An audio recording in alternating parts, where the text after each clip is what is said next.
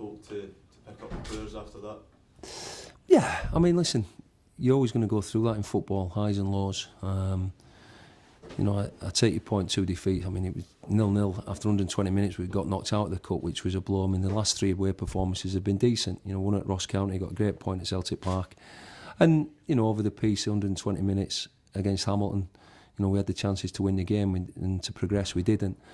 But obviously last Saturday was poor in, you know, the result and the performance.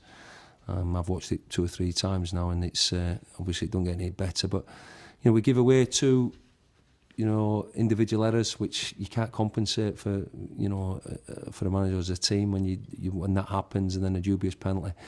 But we need to get over it, and you know, there's no better way than to go and win your next game. And that's what football is. You've always got another game. You've always, after all the disappointments, you know, we can look at a few last season. We went into the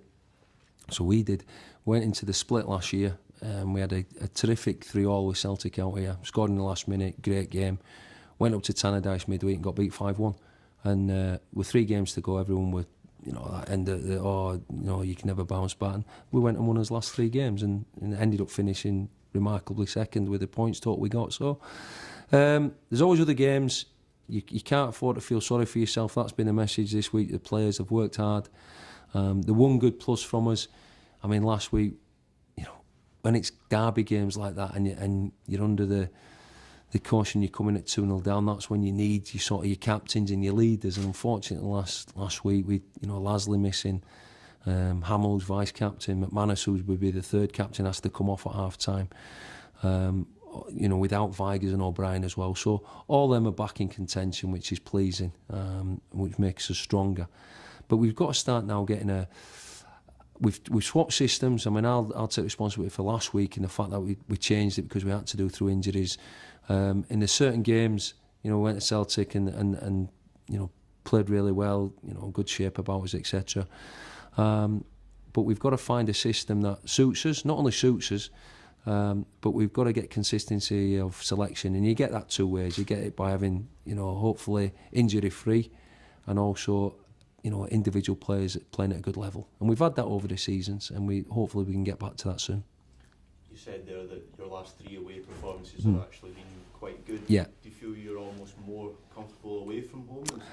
Well, the one thing which is disappointing, not like us, I think we've only scored 1 goal at home this season.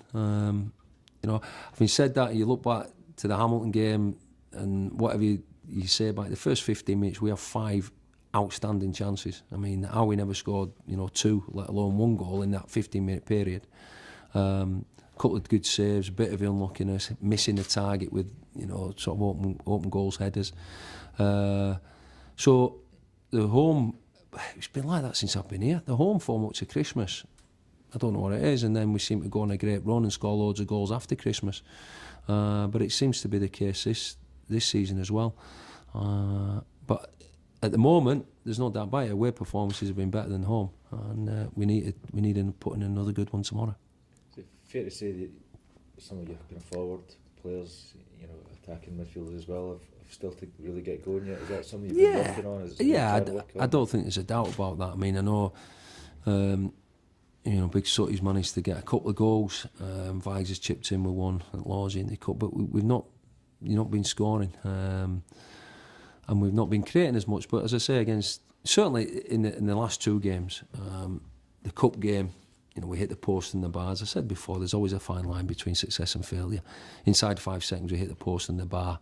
You know, if we score there, we go through. You know, and the keeper made an unbelievable save from Vigors, and we then create 5 really top class chances last week and didn't take any. So I was more worried early on when we weren't creating anything. But now, you know, we just need to step up to the mark. You know, we've got strikers who can score goals. We've got midfield players who can score goals. We just need to start doing that. Obviously, Henrik was a massive boost to everybody here when he came back. Has he just been getting up to speed because obviously he had an injury this season? Yeah, it's always difficult when you bring people in. Same with Mark O'Brien to an extent. You want them in at your club, but you know they've not had any pre-season, so it'll always take them 2, 3, 4 weeks to get match sharp and fit. And then you know, we're at a club where results haven't been going great. The confidence level of everyone's slightly down, which is understandable. You listen to, you know, the Liverpool manager talking about them with the quality of players they've got, saying they're lacking in confidence, you know, with a couple of poor results. So it happens to everyone, you know, it happens to the top players that, you know, if things aren't going right for you, then, you know, your confidence can slip. But the only way to do that is hard work. Put yourself in it. If you're a striker, put yourself in the positions where you're going to get chances to score, and keep doing it, until you score goals. So, yeah, Henrik, you know, he would have wanted to be up to speed quicker. He's getting there now. He's training hard. He's working hard, as is everybody. But it all comes down to a Saturday or a Tuesday or a Wednesday. You know, you've got to do it on the park, and when you get your opportunity, you've got to show that you can do it. Have you done anything different this week? Did you have a post-mortem, or did you just get on with it? Have you? No, we waited till Thursday. You know, and we showed them. I think it's probably about 20 minutes of edits from last week's game. But I don't think there's any coincidence. As I say, probably the best performances when we've had almost a fully fit squad. You know, we got to Celtic Park and we had everyone training. Now, last week, as I said, the players we missed out are all back training now from Thursday, which is good. But on the other side of it, Leach, Lawson, and Reid are out through injuries picked up in the game. So we keep getting a couple back and then a couple out. So it'd be nice to have consistency of performance and also consistency of selection. You know, but we've not got that at the minute. But it's certainly good to have the players back that, you know, we believe can make a difference. Seemed to quite enjoy going to Hull on 5-1 last season. Well, I was just thinking, I think that's the only time we did go there. And again, we're on the back of a bad run. We got fantastic support from the fans there. I think we filled the stand. We brought Faddy back in. It was terrific. He had one of them games where he was fantastic. And we took his chances. I mean, it was an end-to-end game. 5-1 probably wasn't a true reflection because they had a couple of really good chances. But every chance that we got, we took, and we'll need to do that tomorrow. But it was a start of us going on a run. I think from there on we won another 5 on the bounce. So we'll be hoping for something the same tomorrow. But it's two teams on the back of two disappointing performances and results. I'm sure they'll be desperate to make amends, and certainly, you know, we are as well. So it's always open at this. Look, it's such a big park and a good park.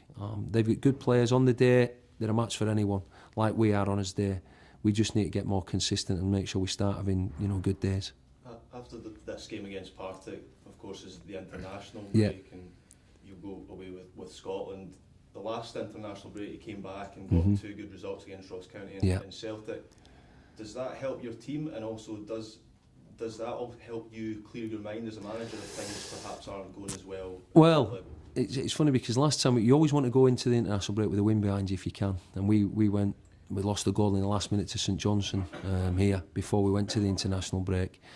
As it was, we actually took fringe players and first team to play Scotland on the Wednesday. You know, so I was still working with me.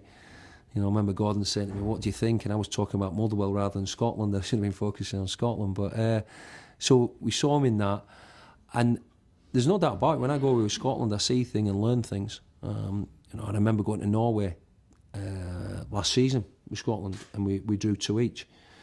And we drew the game. Sorry, and they played a formation Norway that we'd not seen for a while. And I came back and played the same formation at Kilmarnock, and we won the game, just doing exactly what they'd done. So you can, it'd be crazy not to learn from Gordon and, you know, all the experience he's got, but also watching other international teams and setups. So I enjoy that. It does clear your mind a lot, but don't get me wrong, I'm away and I'm on my iPad and looking at our games and who we're to play in them. So I still do my Motherwell work, but it's certainly beneficial. Gaining great experience from it and learning certain little things and drills and tactics and little things that Gordon will say or Mark will say that, you know, I bring back here and we'll use. Even if you are keeping one eye on Motherwell while you're away with Scotland, is there not a bit of you that wishes you could use the international break to the full to use that with Motherwell rather than go with Scotland? Oh no, not at all. You know, I think, as you said before, I think they'll have every time I've come back from international breaks, we've had a good result. What most clubs do in international breaks is give the players, that's the time they have off to rest and recuperate, really. And next week, we don't play for 2 weeks, so I'll be back in on the Wednesday. But I'm always we're only, and to be honest, Gordon gives me a little bit of time off, and I'm always back in, pop in, and maybe see the 20s game and that. So there's not a lot of difference, as I say. And when you're looking at your next game, which ours will be Dundee when we come back, you only really start focusing on a shape and a pattern how you're going to play on the Thursday in training. So it never interferes whatsoever. It's only positive when I go away. Is it a case when your team lose quite heavily that you learn more about the players that way? That's when you find out most about them?